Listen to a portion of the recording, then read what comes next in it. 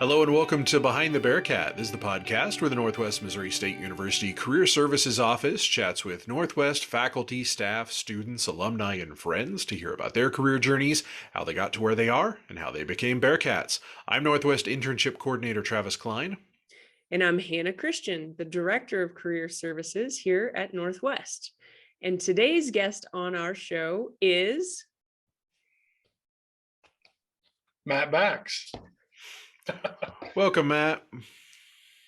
It's Thanks good for to having have me. you on the podcast. Yeah, thank you. All right. So what do you do? What do you do? We talked about titles. What is your title? Yeah, my title is simply instructor here in the School of Ag Sciences, and classes that I teach include Intro to Ag Mechanics, several ag education type courses, and then the ag seminar course that all ag students take to help get them ready for their career after graduation. How did you come to find yourself at Northwest? Well, it's kind of a funny story. I participated in a football camp back in, I believe it was 2004. That's the first time I ever heard of Northwest, when they sent a piece of mail saying, hey, come to this football camp. So I attended the camp. That was, like I said, first time I ever be on campus, ever really hearing about the institution, and ultimately ended up coming here as a student in 2005, fall of 2005, and ended up graduating in 2009, and found myself back here in 2017 as an instructor when they had a position in the School of Ag Sciences. So you teach now, but you also were a Bearcat student as well. Correct. Right? Yep. Proud. Where are you originally from? Originally from Eldon, Missouri, so about 5 hours from Maryville, and it's a long 5-hour drive, but if I can do it, any other student can do it. Right. And it's not an easy trip from Eldon either. I used to recruit that district, and it's not a fun drive from there. Yeah, there's no easy way to get there. That's right. for sure. So did you, when you came here as a student, did you know you wanted to study agriculture? I mean, what were you thinking as a student? Well, originally I didn't really know what I wanted to do, and it wasn't until about February of my senior year that I kind of had an epiphany sitting in my high school ag teacher's classroom, and I thought, I like dealing with ag education and the FFA side of stuff.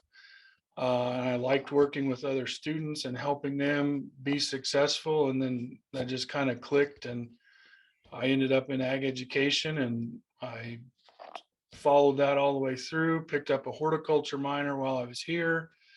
And that led me to my first career as a high school ag teacher after graduation. Where did you teach?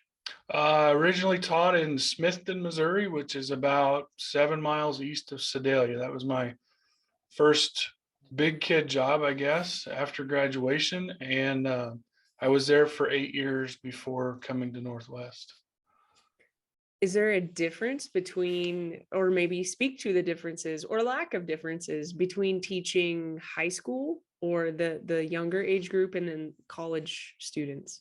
Yeah, there is a difference. Obviously, in the high school or secondary education, you've got a bell that rings every 50 minutes telling you where to go and what to do next. And that's not the case here. You just kind of have to watch the clock and make sure you're on time, or maybe not quite as late as you should or could be to important things such as class or meetings or whatever it might be. And but otherwise, we're still working with students. They're just a little bit older. They still have the same sort of issues that high school students would have had, or middle school students. So yeah, other than that, other than the constant bell that's not ringing all the time, there's really not a whole lot of difference that I see. So you mentioned the football camp was the first time you came to campus. Mhm. So was it the campus that made you want to come here, or because you chose ag education, you knew that we had an ag education program, which is not something that's as many places as you'd think it would be. So what was it that made you choose Or Northwest? you love the 5 hour drive? Yeah. Well, I think back, if I remember correctly, because that's been a few years ago, um, I wanted to get away from my hometown, and I thought, 5 hours away, I'm far enough away that if I do need to come back for something, it's not a ridiculous amount of time to drive. But I knew I didn't want to go to any of the other institutions that were close by because that's where everyone else was going. And I think when I came up here to Northwest, there was only one other student from my high school that was up here as well. So yeah, I just wanted to get away and experience something a little bit different. And then, I could always go back, which eventually I did. I was about an hour away from Eldon when I taught there in Smithton. So yeah, just wanted to get away. And, the campus was nice, even though I didn't really see much of it other than the union when we would go and eat after the camp. Um, and, the town it was pretty nice too. So. Tell us about all the things that Northwest agriculture has to offer. I mean, there's a lot of things, so I don't know if you can get them all in there, but there's a lot of things. I really think one, we've got the opportunity for students to really get some hands-on experience utilizing the RT Wright farm and the various swine, dairy, and beef cattle operations and small ruminants. But also with the Ag Learning Center that's just recently come on, they can gain some more hands-on experience there. And that, I think, kind of sets us a little bit of apart compared to some of the other institutions. We're kind of focused on the practicality of it, not necessarily the research, which, there's nothing wrong with the research, but some people aren't research fanatics, in my opinion, because I'm not one of those people. I don't care for research stuff. I'd rather be doing something hands-on, and I think there's a lot of options there for hands-on stuff at Northwest in general, as well as in the School of Ag Sciences. What struck you? You said you added in horticulture minor. What struck you about horticulture? I mean, why horticulture? Well, growing up, we had just a small uh, operation, I guess, farm operation. Both my parents worked outside of the farm, so to speak. They had day jobs. We had enough cows to cause problems, is what I always say. Which is Um, one. yeah, and I think we had maybe 10 or so at that time. So yeah, it was just with the horticulture stuff. We had a large garden that we put out every year. It was about 3,000 square feet total area, plus adding in blackberries, peach trees, apples, gooseberries, you name it, we probably grew it at some point. And so we used all of that vegetable produce items, canned a lot of it, stored it, for future use down the road. So that's kind of why I picked horticulture, because I grew up around it, and I prefer plants over animals because plants will not bite or kick you. Ah, That's a good way to look at it for sure. I mean, I tell that to my students every year when I do the general introductions on day one. It's like, this is where I'm at. This is my background. This is why I did what I did.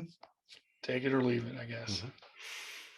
I'm interested. We've had a couple professors on over the course of the last several seasons who have made that transition from high school teaching to higher education, college teaching. So, Mhm. was that a purposeful pick out for you, or was it the job became available, it looked attractive, you had what it needed, so you applied for it? When you made that switch, was it a conscious move, or was it just kind of circumstantial?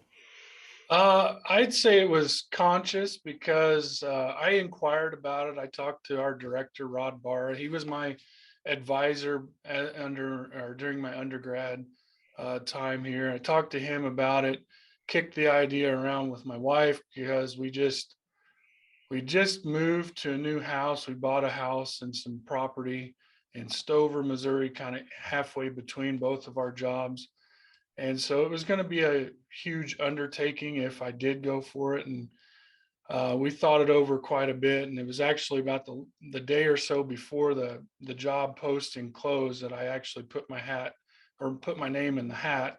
And so, we thought it over pretty good. And yeah, it is what it is. I'm here now, and I'm enjoying it so far. So in order to teach on a college campus, you have to have a master's degree, correct? Correct. Talk us through that process for you. Okay, so in 2012, I decided, I want to pursue a master's, and there were several former colleagues at the high school level that said, well, you'd make a pretty good administrator. And I said, no, I don't see myself in that role. But I thought, well, if I could do something ag education related, that could open the door for, dual credit stuff at the high school level, and potentially, moving on to community college or at a university. And so I pursued a master's master's of science in ag education through Iowa State, starting in 2000 or the summer of 2012, and finished that up in the fall of 2015. So while I was teaching high school students and doing all the FFA activities and the summer events, I was taking graduate classes online through Iowa State and finished it up. And by the end of it, I had 2 young children. So when I started, just had my daughter. So yeah, it was challenging. I did a lot of work between the hours of about 8 p.m. and 10 or 11 p.m. And then most weekends were spent working on projects or whatever it might have been, assignments, so on and so forth. Well, ag education seems to be right where you ended up. Yep. And I don't, like I said, I've been in school since kindergarten, and I don't see myself going anywhere else unless they just kick me out. But, I have fun with it. And I enjoy helping students have those light bulb moments as much as I can, and given the various classes that I teach. So.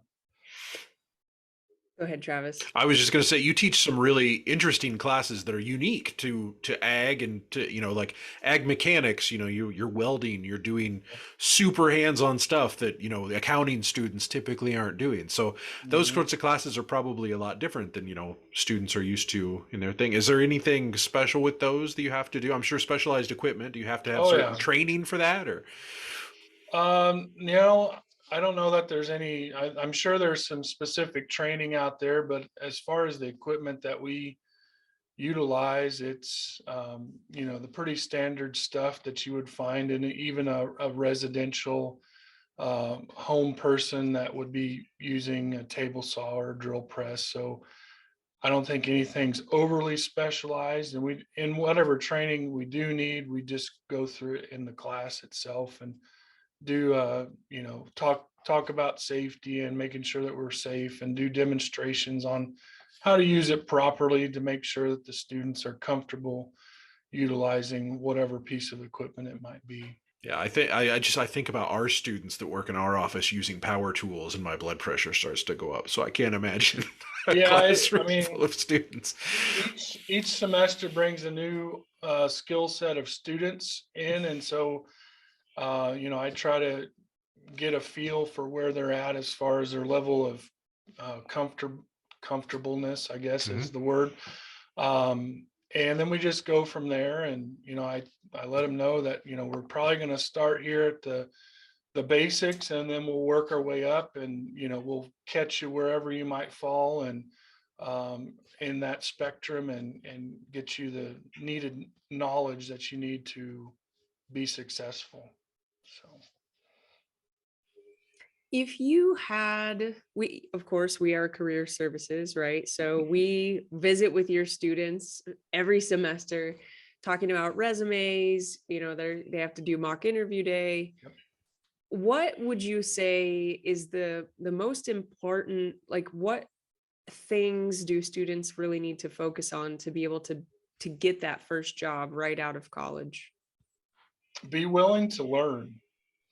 There's a lot of things that you may not know, but if you have an open mind and the willingness to learn it and put forth a little bit effort, I think that'll take you a long ways in the career area, career spectrum, whatever it might be.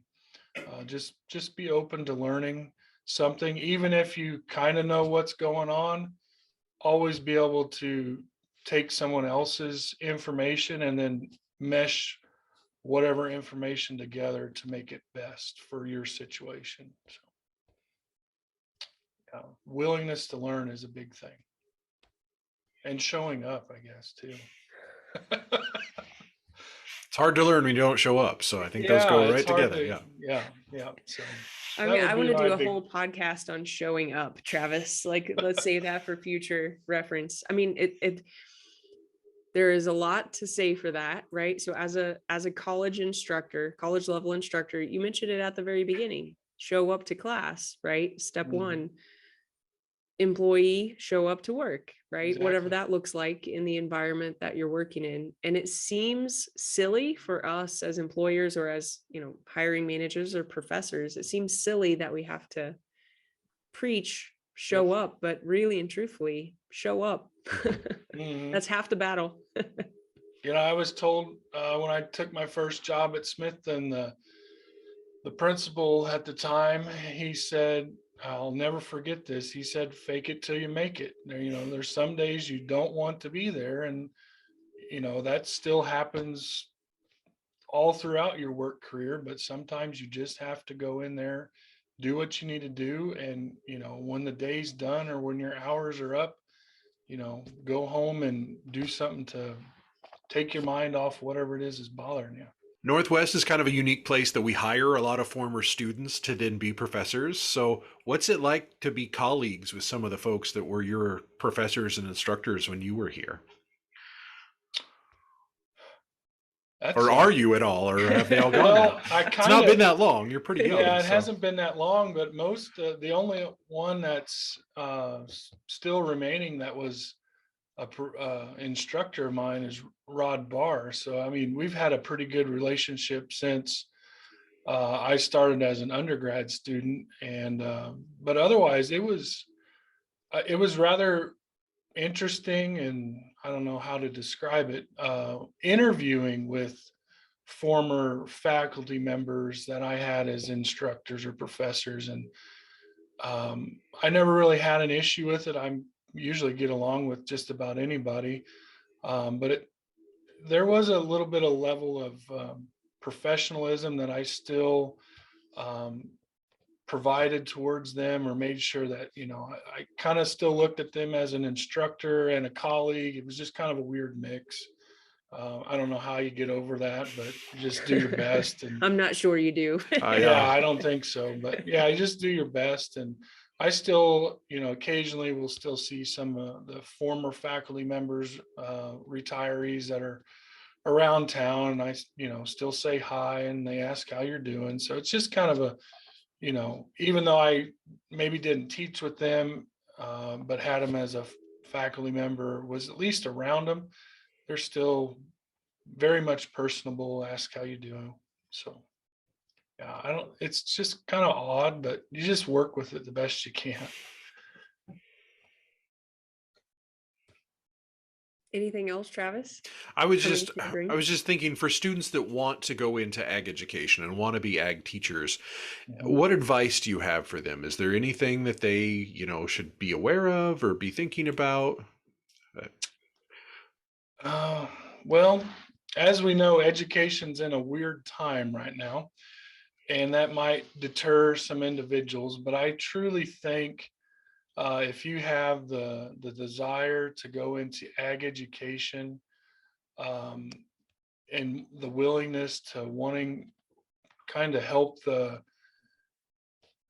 agricultural literacy is what I'm going to kind of the track that I'm going to go to, helping people understand the ag industry a little bit better or more than the average person out there. I think that's really the aspect that they should focus on, is just helping people understand what goes on in the world of agriculture, because there's a ton of people that are misinformed, and they, just because they lack that knowledge, they're unable to make a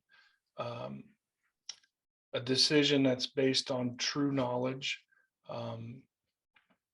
within the industry. So I think if you have the willingness to help somebody in the ag field, ag ed is where you should be. And if not, if they decide, if they start ag ed and then move to something different, that's fine, as long as they serve as an advocate for the ag industry and try to promote it in the positive manner, and dispel any sort of misinformation out there. I was going to say, are there other, you mentioned teaching, you're certified to be an ag educator. Yep. Are there other careers that might rely pretty heavily on the things you would learn in an ag education while you're getting an ag education degree? The kind of the extension service that you see with your land grant institutions, but honestly, when some students ask, what can I do with an ag education degree? I let them know, and I know it may sound a little cliche or whatever. I let them know you can do just about anything you want to do, because you have the background and a broad-based knowledge of the ag concepts or the ag disciplines, whether that be animal science and horticulture, because those students have to take certain classes in each of those to get you that broad base of knowledge. But you have the background of working with students or younger people, and that can kind of even translate into working with adults as well, and helping them learn the process. So really, you could have an ag education degree and you could go to work for some sort of ag company as their community liaison, or whatever you want to call it, and helping them get their message out to the folks that might be in that community or working with that company, so on and so forth. So there's a lot of options out there for students to do. If they figure out that, being in the classroom isn't their cup of tea, so to speak, they can still go other places. Yeah, if you think about those education skills, publicly speaking, Yep. leading a group of people, especially a group of children. Like, I've never talked with an employer who's like, I don't want somebody who can do those things. Like, every job description says strong oral and written communication skills. They all want somebody who can publicly speak and, can organize their thoughts. So yeah, Yep. Those skills are evergreen for every industry, especially in ag in the Midwest, because every industry in the Midwest is an ag industry, whether it's directly or, not directly ag. We all deal with ag, and it's just part of the culture here. So, Yep. All right. Any last words? I feel like you're a deep well of wisdom. Any last words of wisdom for us? Maybe something we could learn about ag. Here we go. You can help us become more ag literate. Oh, you put me on the spot. Too much pressure. Too much pressure. Yeah. To learn more about agriculture, I think if you just look outside your window, your office, whatever, as you drive down the road, you can see how ag impacts your daily life on a 365 days a year. So I think if everyone could become more in tune with the ag industry, that would help the world go around a little bit better, and help individuals understand why it's so important for the ag industry to maintain a sense or a presence in all communities, whether that's a smaller rural community like Maryville or a larger suburban urban area like Kansas City or whatever, there's agriculture everywhere that you might go, and just seeing the benefits and the things that it does for those individuals is important. I think that's a t-shirt. There's Mhm. agriculture everywhere you may go. If you do that, I'll take the royalties. Yeah, yeah. We'll cut you in on the profit, man. Don't worry. All Probably right. won't sell many, but who knows? Well, thank you so much for being a guest on our Ah. podcast today. Thanks for having me. All right. Well, that will do it for another episode of Behind the Bearcat, and we'll talk to you next time. Hey guys, we hope you enjoyed that episode. Don't forget that you can find the audio version of the podcast on your podcast platform of choice. New episodes come out every Friday, and you can connect with us on social media on both Twitter and Instagram. Thank you for joining us for Behind the Bearcat, and we'll talk to you next time.